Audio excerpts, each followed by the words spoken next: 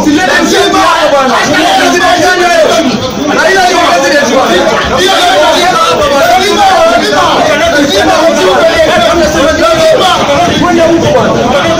Wewe, you cannot do it. Bwana Raila ndio president.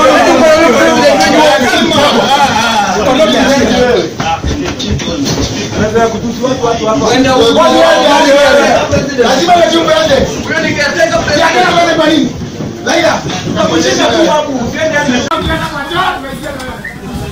Tunataka ushiriki Kenya ni watu wote bwana. Hii ingepigana hapo. Hii hapa wewe unasema nini?